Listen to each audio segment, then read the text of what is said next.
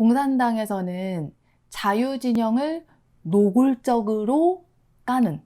근데 피카소 미국에서도 욕을 먹었대요. 작품을 보면 두 작품 모두 오른쪽에는 군인들이 있고 이번에 처음 온 거거든요. 70년 만에. 왜 그동안에는 못 왔을까요? 안녕하세요. 서진입니다. 오늘은 작품 하나를 깊게 파보려고 해요. 이번에 처음으로 한국에 온 피카소의 작품 한국에서의 학살을 주제로 얘기 나눠보려고 합니다. 이 작품은 원래 파리에 있는 피카소 미술관에서 소장하는 작품인데 제목에 한국이 들어간 만큼 한국 사람들은 관심이 갈 수밖에 없겠죠. 뮤지엄에서 말 걸기. 오늘은 피카소의 한국에서의 학살로 말을 걸어봅니다. 피카소는 정말 끊임없이 작품 활동을 했던 예술가예요. 게다가 되게 오래 살았거든요. 92살까지 장수했기 때문에 정말 작품이 많아요. 피카소의 아버지가 미술 교사이자 화가였어요. 그래서 어렸을 때부터 아들에게 미술을 가르쳤고 또 피카소도 어릴 때부터 재능을 발휘했죠. 이게 8살 때 그린 비둘기래요. 뭐라고? 8살 때 이런 그림 그린다고? 이렇게 어린 시절부터 죽기 전까지 거의 90평생을 작품 활동을 했으니 정말 많은 작품을 남겼죠.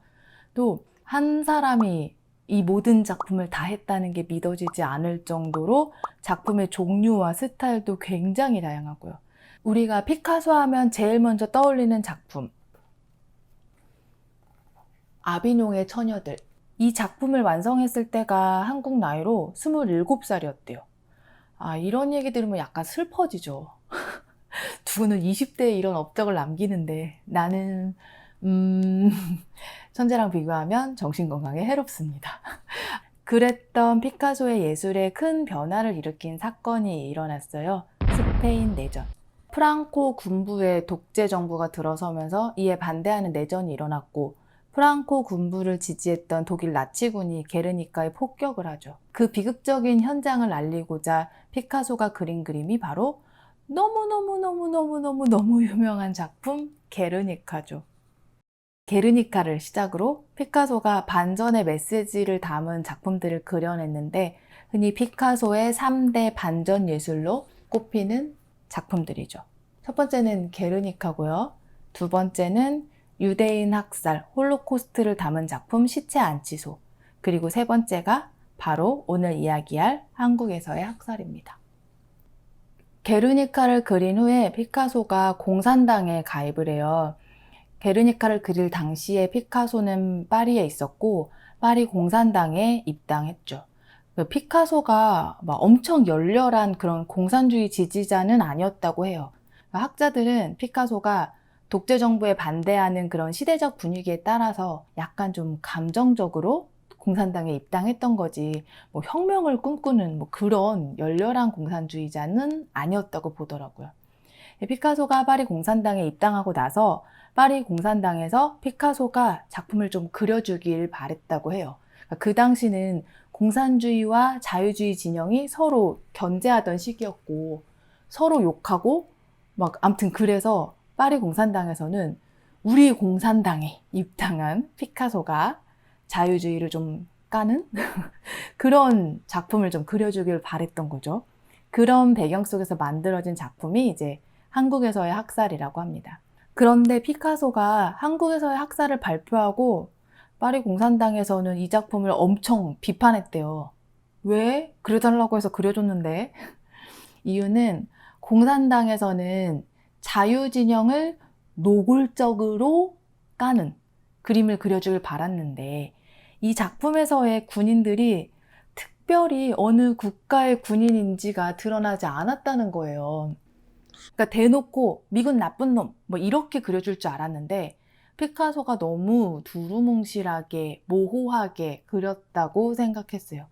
사실 피카소는 이 작품에서 특별히 어떤 특정 세력을 고발하려는 의도가 아니라 전쟁이라는 그 자체가 가지고 오는 그런 아픔이나 만행 이런 걸 표현하려고 했었던 건데 공산당의 입맛에 좀 안 맞았던 거죠. 근데 피카소 미국에서도 욕을 먹었대요. 어쨌건 공산당에 입당한 공산주의자였잖아요. 그러니까 미국에서는 이 작품의 군인들이 미군을 가리키는 거다라고 해석을 했고, 당시 냉전 시대에는 공산주의와 자유주의 양쪽 모두 서로 욕하고 경계하고 막 이랬던 때라 미국에서 피카소를 요주의 인물로 여긴 거예요. 피카소의 비자 신청을 거부해서 피카소가 미국에 가지 못했다고 하더라고요. 근데 그것도 좀 웃겨요. 피카소의 게르니카는 한동안 미국에 있었거든요. 게르니카는 갖고 있으면서 피카소는 못 오게 하고, 뭐. 아무튼 그 당시는 이념 싸움에 아주 극도로 예민했던 시기니까요. 그래서 우리나라에서도 뭐 공산주의자, 빨갱이 뭐 이런 딱지 하나 붙으면 뭐 사장되는 분위기였잖아요. 한국전쟁 당시에 미군이 민간인들을 학살했다는 사건이 있었어요. 뭐 아직 그 좀 논란이 좀 있긴 있는 것 같은데, 어쨌건 노근리 양민 학살 사건, 또 신천 양민 학살 사건, 이 작품이 그 사건들을 묘사한 거라는 이야기도 있기는 했는데, 최근의 시각은 그 사건들과는 별개로 그려진 작품일 거라고 합니다. 그러니까 한국에서의 학살이 완성된 게 1951년 1월이었대요. 그런데 이 학살 사건들이 국제사회에 알려지게 된 게 1952년이라고 하거든요. 그러니까 사건 자체는 1950년에 일어난 사건이지만 그림을 그린 건 51년이고 52년이 되어서야 이게 공론화 됐으니까 51년에 완성한 이 작품을 만들 때 피카소는 그 양민학살 사건에 대해서는 전혀 몰랐을 것이다 라고 해요. 그러니까 그것보다는 뭐 스페인 내전, 세계대전 이렇게 전쟁들이 계속 이어서, 그리고 이제 한국에서도 전쟁이 일어났다는 소식을 듣고 마침 공산당에서 요청도 있었고, 그래서 전쟁 자체에 대한 고발을 하려는 그런 의도의 작품이었던 것 같아요. 작품을 한번 자세히 볼까요? 일단 한눈에 봐도 왼쪽은 비무장한 민간인들이고 오른쪽은 총을 가진 군인들이 총구를 겨누고 있는 구도죠. 배경의 색을 좀 사용하긴 했지만 전체적으로 좀 흑백의 느낌을 가진 암울한 분위기를 풍기는 작품입니다. 왼쪽의 사람들은 벌거벗은 여인과 아이들이죠. 그리고 배가 이렇게 볼록한 여성은 임신을 한 상태인 것 같고요. 얼굴이 일그러져 있는 사람도 있고 체념한 듯한 표정도 보이고 우는 아이를 꼭 껴안고 있기도 하고, 뭐가 뭔지 모르겠지만 일단 겁먹고 도망가는 아이, 아직 사태 파악이 안 된 아이도 보이고요. 이 사람들은 전쟁의 어떤 원인도 제공하지 않았고 아무런 저항 의지도 없는 사람들이잖아요. 근데 소수 몇몇의 정치적인 의도와 이념 갈등, 뭐 또 그 외에 복잡하게 작용하는 정치적 이슈들 때문에 전쟁이 벌어지고 나면 가장 큰 피해를 보는 사람들은 또 이렇게 아무런 죄도 없는, 관련도 없는 사람들이라는 게 아주 직관적으로 표현된 작품이에요. 대조적으로 오른쪽의 군인들을 보면 국적 모르겠고요. 얼굴도 안 보여요. 투구 같은 거 뒤집어 쓰고 있는 약간 사이보그 같은 느낌? 더 이상 이렇게 개인이 아니라 투구 뒤에 숨은 익명성을 가지고 상부의 명령을 그냥 따르기만 하는 그런 하나의 약간 살상 무기 같은 느낌? 감정 없는 로봇? 그런 느낌으로 있죠. 여기 맨 뒤쪽의 사람은 좀 중세 기사 같은 느낌으로 표현되어 있어요. 저는 이 사람이 명령을 내리는 권력자처럼 보이더라고요. 명령 내리고 그 앞에 로봇처럼 감정 없는 사람들이 총을 쏘고, 이런 표현들에서 피카소가 전쟁의 본질을 꿰뚫어보고 그걸 좀 고발하고 싶었구나라는 그런 느낌을 많이 받았어요. 그러니까 단순히 미군 나쁜 놈, 뭐 혹은 뭐 공산당이 싫어요, 뭐 이런 류의 1차원적인 메시지가 아닌 거죠. 사실 이 작품이 제목에 한국이 들어가서 그렇지 뭐 학살을 당하는 사람들이 한국인인지도 알 수가 없어요. 왼쪽의 민간인들도 오른쪽의 군인들도 모두 뭐 동서양의 구분도 잘 안 되잖아요. 그저 그냥 전쟁 그 자체에 대한 그림이지 않을까.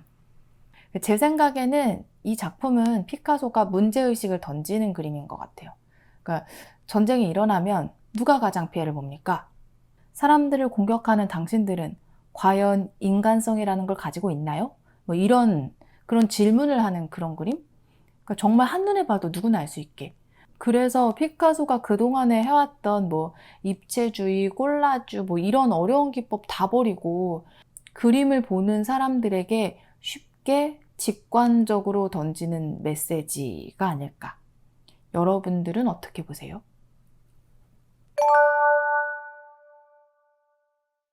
한국에서의 학살을 이야기할 때 꼭 등장하는 두 개의 작품이 있어요.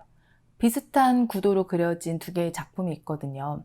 첫 번째는 고야의 1808년 5월 3일, 두 번째는 마네의 막시밀리안 황제의 처형입니다. 작품을 보면 두 작품 모두 오른쪽에는 군인들이 있고 왼쪽에 사람들을 총으로 겨누고 있죠. 먼저 1808년 5월 3일부터 얘기해 볼게요. 1808년 5월 3일은 나폴레옹 시대의 사건이에요.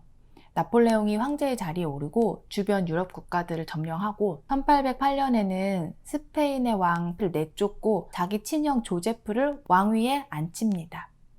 스페인 민중들도 스페인 왕실을 그다지 좋아하진 않았는데 그래도 프랑스가 침략하고 외국 왕이 통치하니까 그래서 이에 반대해서 폭동을 일으켰고요. 근데 프랑스 군인들이 참혹하게 진압을 했어요.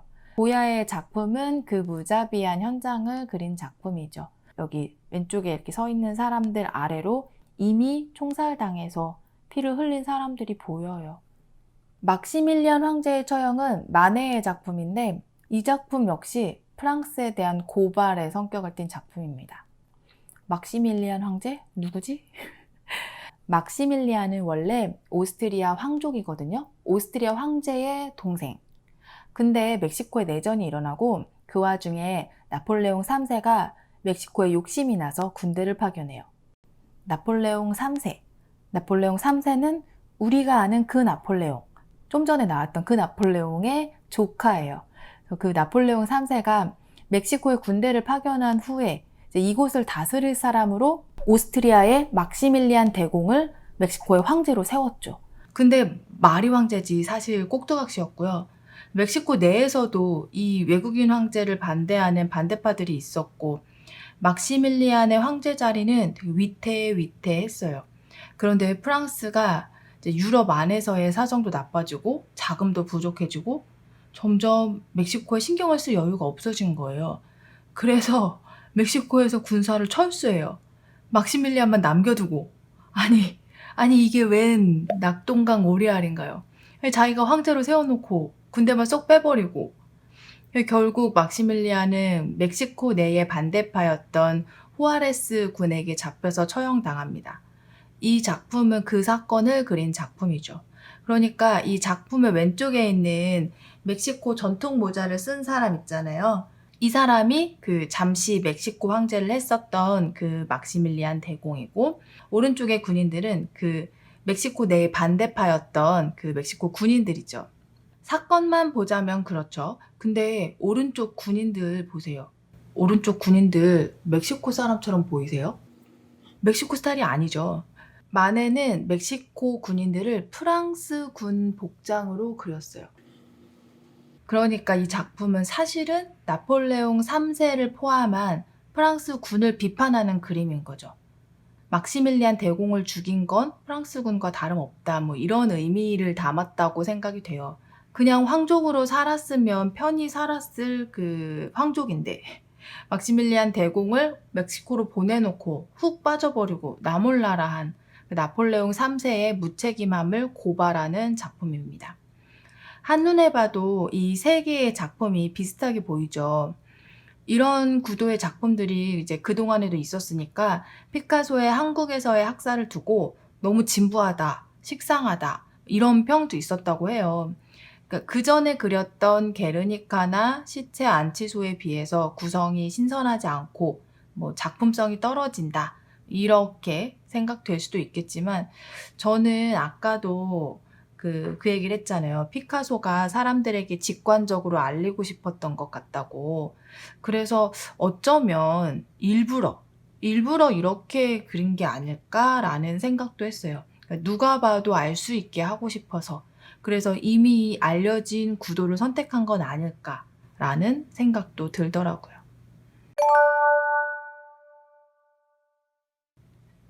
피카소가 이 작품을 그린 게 1951년이고 지금은 2021년이죠. 피카소 같은 대가가 그린 작품에 심지어 작품명에 한국이라는 이름이 이렇게 붙어 있으면 한국 사람이라면 누구나 관심을 가잖아요. 뭐 진작에 한국에 왔을 법도 한데 이번에 처음 온 거거든요. 70년 만에. 왜 그동안에는 못 왔을까요? 참 아이러니하게도 그 이유가 바로 이 작품을 그렸기 때문이기도 해요. 이 작품을 그려서 이 작품이 한국에 올 수 없었어요. 왜냐면 피카소가 파리 공산당의 요청을 받아서 이 작품을 그렸잖아요. 그리고 미국에서는 여기 이 군인들이 미군을 묘사했다고 해서 피카소가 요주의 인물이었고요. 그래서 피카소, 공산당, 빨갱이 뭐 이런 생각들 때문에 우리나라에서 한동안 피카소가 받아들여질 수 없었다고 해요.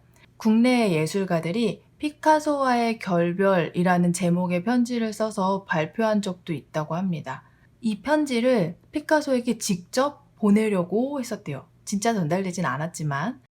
또 피카소가 공산주의자여서 피카소라는 상표를 쓰면 공산주의를 찬양한 거라고.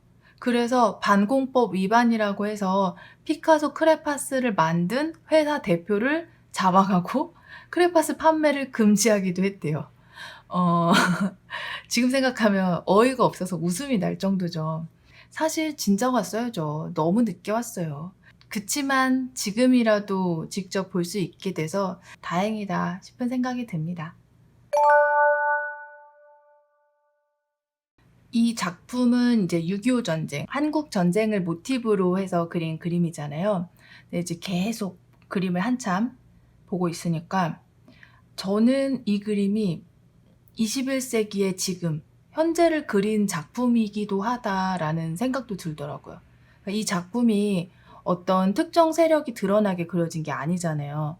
그래서 이 작품은 현재에도 의미가 있는 작품인 거예요. 그러니까 1808년에 5월 3일이나 막시밀리안 황제의 처형 같은 작품은 특정 인물이나 국가 등을 그림 속에 표현해서 그러니까 이 그림이 어떤 사건을 표현한 건지는 확실하게 알 수 있는데 그게 우리 일처럼 지금 내 옆에 일어나고 있는 일처럼 이렇게 확 와닿지는 않거든요. 그러니까 한 다리 건너에 있는 제3자의 일처럼 느껴지는 거죠. 또 옛날 일. 그래서 지금이랑은 상관없는 일처럼 느껴지고 그 시대, 그 사건에 박제되어 있는 느낌? 그런데 피카소의 이 작품은 지금의 일처럼 가까이 와닿는 거예요. 그러니까 이 작품이 80년 광주의 모습일 수도 있고 또 지금 미얀마의 쿠데타의 모습일 수도 있고 이스라엘의 팔레스타인 공격일 수도 있다라는 생각이 들더라고요. 전쟁 그 자체를 꿰뚫어본 근데 어렵지 않게 누구나 알 수 있게 던지는 메시지라는 면에서 이 작품이 의미가 있구나 싶었고요. 영상이 점점 무거워지고 있고 누가 끝까지 보실까 싶은 생각이 드는데 그래도 어쩔 수 없는 것 같아요. 전쟁을 다룬 작품이 재미있고 즐거울 수는 없잖아요. 특정 세력이 드러나게 표현하지 않아서 피카소는 곤욕을 치르기도 했지만 그래서 현재까지 계속 의미가 있는 작품으로 남을 수 있는 것 같아서 저는 더욱더 울림 있는 작품이 된 것 같아요. 한국에서의 학살을 이제 한국에서 보게 되어서 되게 의미 있고 또 보면 볼수록 누군가와 이야기 나누고 싶다는 생각이 들어서 이 긴 영상을 찍게 됐는데 피카소 전시회는 8월 29일까지니까요. 아직 시간이 많죠. 직접 가서 보시면 참 좋을 것 같고 나중에 파리에 여행 갈 수 있게 되면 피카소 미술관에 가서도 보고 싶어요. 여튼 오늘은 이제 피카소의 한국에서의 학살을 주제로 여러 가지 이야기와 저의 감상들을 좀 남겨봤고요. 다른 분들은 작품을 어떻게 보셨는지도 댓글에 남겨주시면 저도 소통이 되어서 좋을 것 같습니다. 오늘 영상은 여기까지고요. 긴 영상 끝까지 봐주신 분들 감사합니다. 다음에 또 다른 이야기로 찾아올게요. 또 만나요.